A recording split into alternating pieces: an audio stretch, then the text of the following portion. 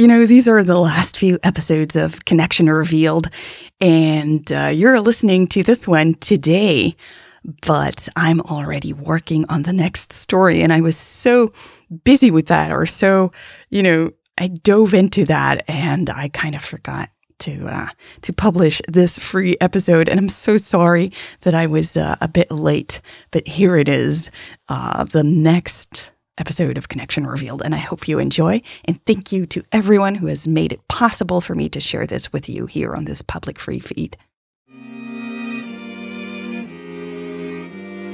Welcome to the Lesbian Romantic podcast. This is Connection Revealed, part 47.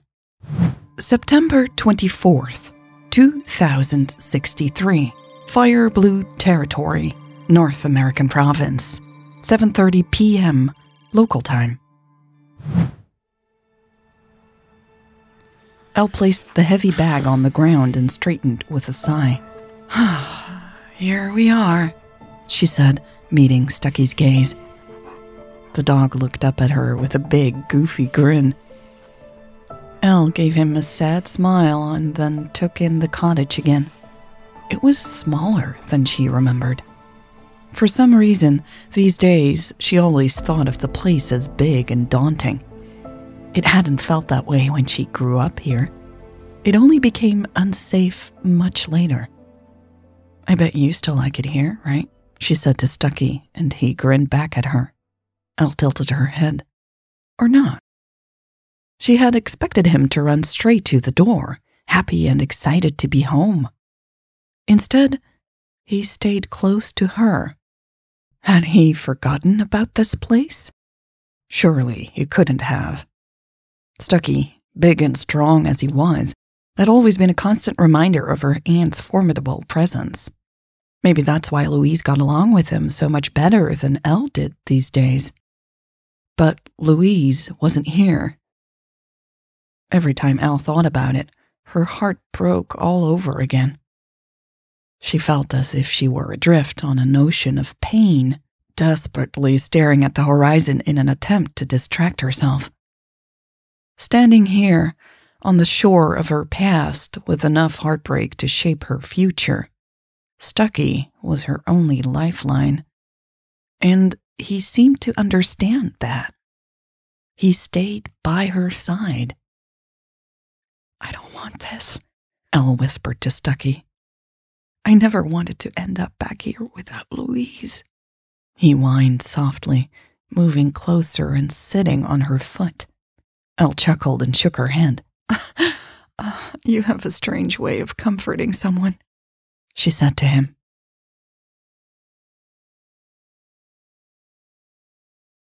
A car door slammed shut behind them as Elle closed her eyes and took a deep breath, bracing herself for a conversation she did not want to have. "Ma'am?" A low voice came from behind her.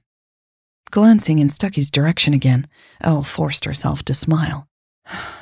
"I think you should call me Al from now on," she said to the guard as she turned around. He stopped, putting two of Al's bags on the ground. "I'm just a civilian now," she explained. "Let's skip the ma'am." He tilted his head, rubbing his hands on his jeans. "I think it's best if we don't get too friendly." Elle huffed, insulted by his formal tone. His eyes softened and he added, "I want to keep you safe, ma'am. I took this job because I want to protect you." "I don't have enemies anymore," Elle shrugged. "I'm no longer president. I have nothing to do here. I'm just a sad lady living in a cottage close to the beach." He smiled knowingly.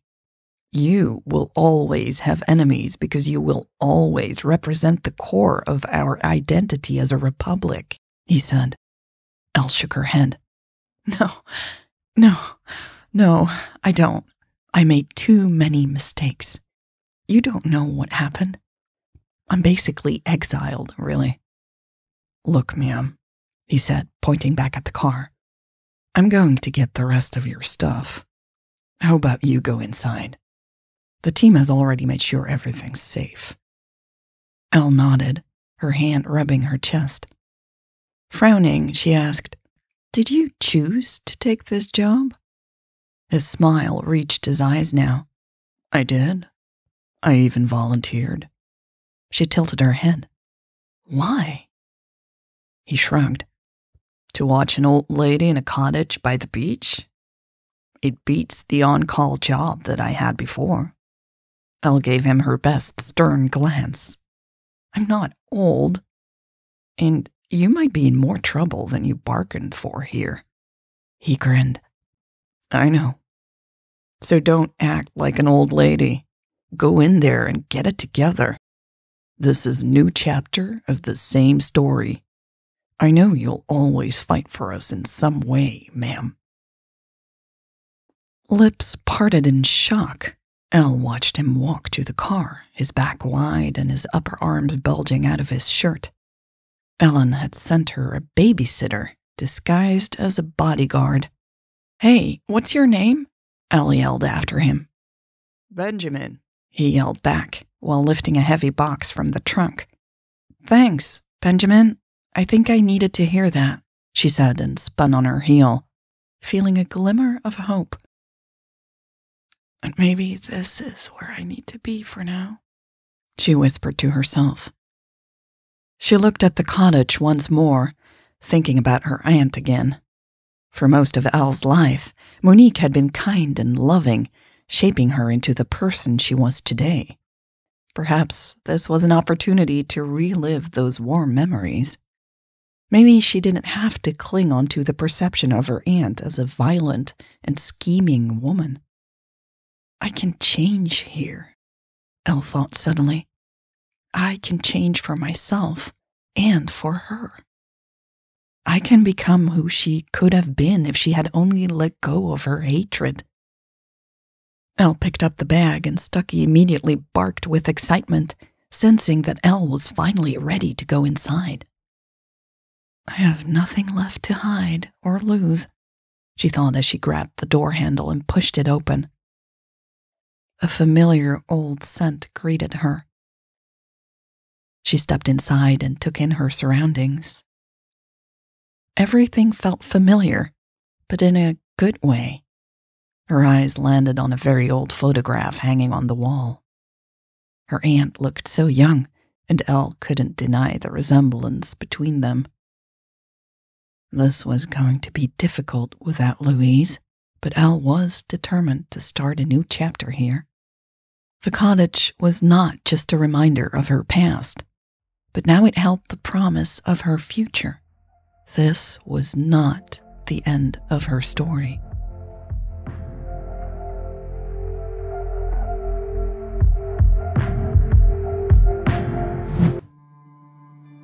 September 24th, 2063. Edge of the Fire Blue Territory, North American Province, 11:05 p.m. local time.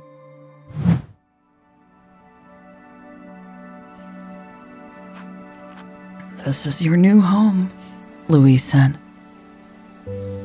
The sun had set a while ago, but the moon provided enough light to get a good look at the building. It was taller than Jade had anticipated. They wouldn't have to worry about their heads hitting the ceiling, and the structure provided some shade for working outside. The building lay at the edge of an old, dying forest. A few patches of green vegetation stubbornly clung to life. The relentless sun had not yet wiped out everything in its path. Although the walls of the building looked weathered, they still stood tall and solid. Jade's skin tingled with excitement. She couldn't wait to explore the area. She knew that the local wildlife would guide them towards what they needed to survive. The thrill of adventure was stronger than her fear. Everything was new and full of opportunities to observe and learn. It was the most radical, clean slate she could imagine. As Jade approached the door of the building, it resembled a bunker, just as Louise had described. Her heart raced with curiosity. She wondered what kind of equipment she would discover inside. Electricity was a necessity, as well as water and air filters. but Jade hoped she would come across more than just the bare essentials. "I don't have the key," Louise said. "Let's hope the keypad works. There should be a spare set of keys once we're inside." Jade blinked, snapping out of her adventurous haze. Would they not be able to get inside tonight? Louise pressed a button and the key slid up. "Okay, good," she sighed in relief. "What would you have done if it didn't work?" Michelle asked. Louise shrugged. "Force it open somehow." "That doesn't sound like a great plan," Michelle muttered. Louise looked up at her. "Hey, I had to take things step by step, okay?" Jade pushed open the door. "Come on, let's go check it out." The dim overhead lights flickered on as soon as she stepped inside. It was hot and humid, making Jade fear that the air conditioning might be broken or a water pipe had burst. To her relief, the first room had a dry and clean floor.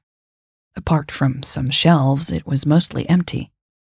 Without waiting for Louise or Michelle to follow, she went further inside. The second space was a hallway with several doors. Again, the floor was dry and the temperature more bearable. Perhaps there was hope for air conditioning after all.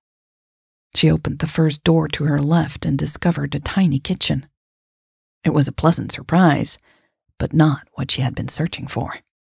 Glancing out the small window, she could see the forest. Jade left the kitchen and walked to the next room, hoping for something more exciting. But it was just a bedroom with a bunk bed. The window was slightly bigger here, with a thick curtain to keep out the sun. She inspected the bunk bed, smiling as she wondered who would sleep on the top bunk. Next to the bed was a doorway leading to a bathroom with a toilet and shower.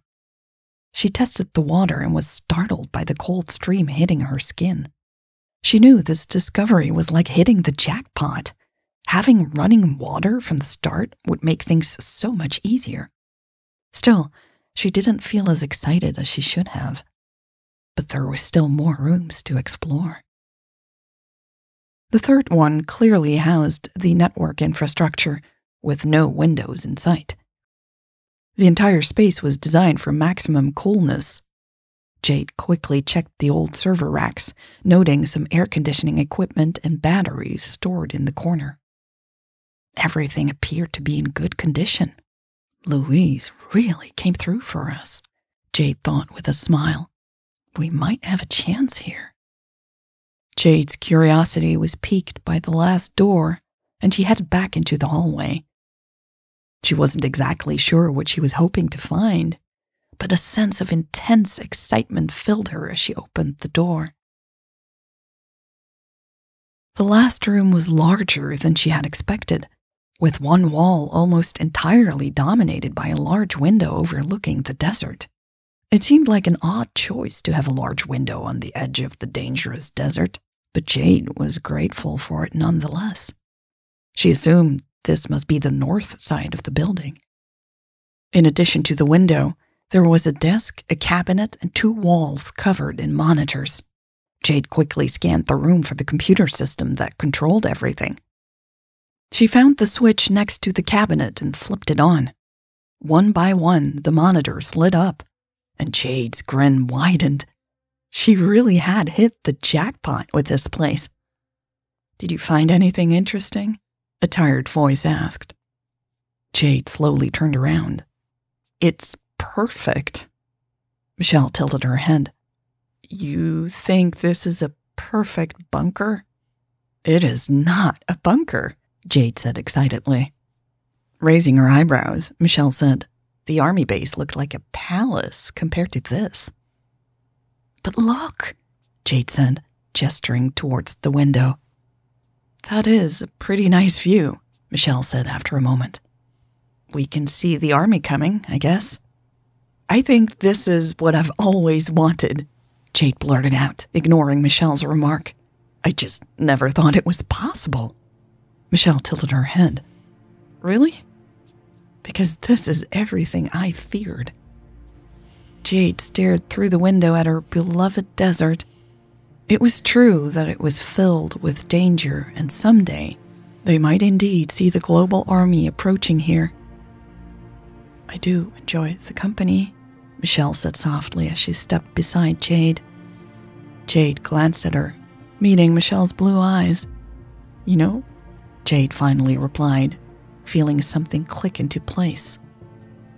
I think the company might be perfect too. This was part 47 of Connection Revealed. And I was kind of late with publishing this, so I'm going to make it up to you. If you go over to patreon.com/lesbianromantic right now, and you sign up for free, you don't have to pay anything. You don't have to enter a credit card. Just join for free. You will have immediate access to part 48. As soon as I stop recording this, I will upload it to Patreon for free members.